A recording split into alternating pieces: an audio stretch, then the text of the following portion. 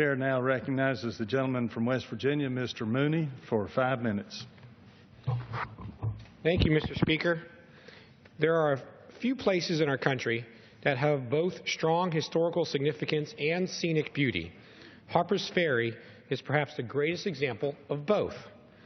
Harpers Ferry, West Virginia, was founded in 1734 by Robert Harper, who purchased the land for $50, or around $262.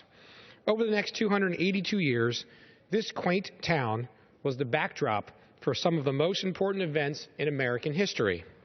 From the earliest settlement of this great nation, through the founding of the railroads, the beginning of the Meriwether-Lewis adventure with William Clark out west, John Brown's raid, numerous Civil War battles and skirmishes, and the beginning of the Civil Rights Movement, Harpers Ferry has stood the test of time and watched our American history unfold. As for the scenic beauty, none have described it better than one of our nation's great founders, President Thomas Jefferson. After visiting Harpers Ferry on October 25, 1783, the author of the Declaration of Independence said he viewed, quote, the passage of the Potomac River through the Blue Ridge as perhaps one of the most stupendous scenes in nature, close quotes. Let me tell you, this picture does not do the town justice. Harpers Ferry is a national treasure that has been enjoyed by millions of families for centuries. This past July, however, this quaint town of only 283 residents was struck by a large fire that swept through the downtown business district and destroyed 10 businesses, which is 30% of the commercial district, and 2 apartments. Even before the embers from the fire cooled, members of the community had begun to take action and began making plans to rebuild.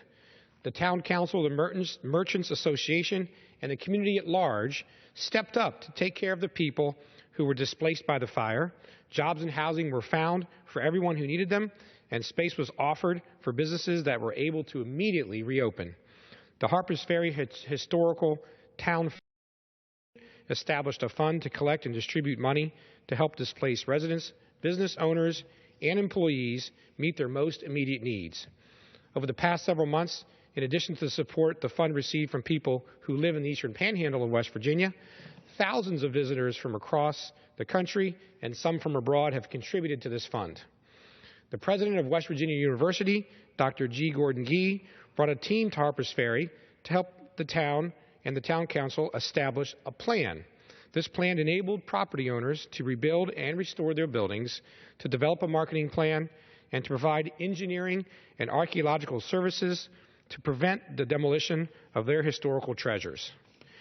The superintendent of the Harpers Ferry National Historic Park, Rebecca Harriet, stepped forward with meeting spaces, security services, and additional personnel to protect town residents and visitors from the fragile, burned-out spaces.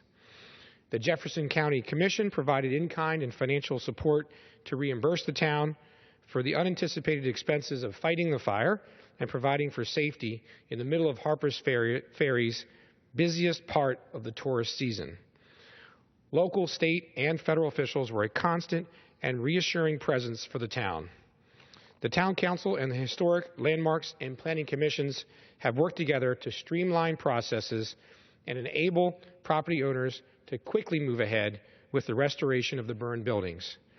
This past Monday, I personally visited Harpers Ferry in Jefferson County, where I live with my wife and 3 children, to see the progress that is being made to repair the structures. The mayor, Greg Vaughn, was kind enough to show me around the damaged buildings and introduce me to those who were impacted by the fire. I can't tell you how encouraging it was to see how the town has come together to rebuild after the fire. Harpers Ferry is no stranger to disaster. War, fire, floods. This is a town that endures. And today, Mr. Speaker, Harpers Ferry is still open for business, still thriving, still an elegant and evocative journey into the formative years of our nation. I invite you to come visit. Thank you, and I yield back the balance of my time.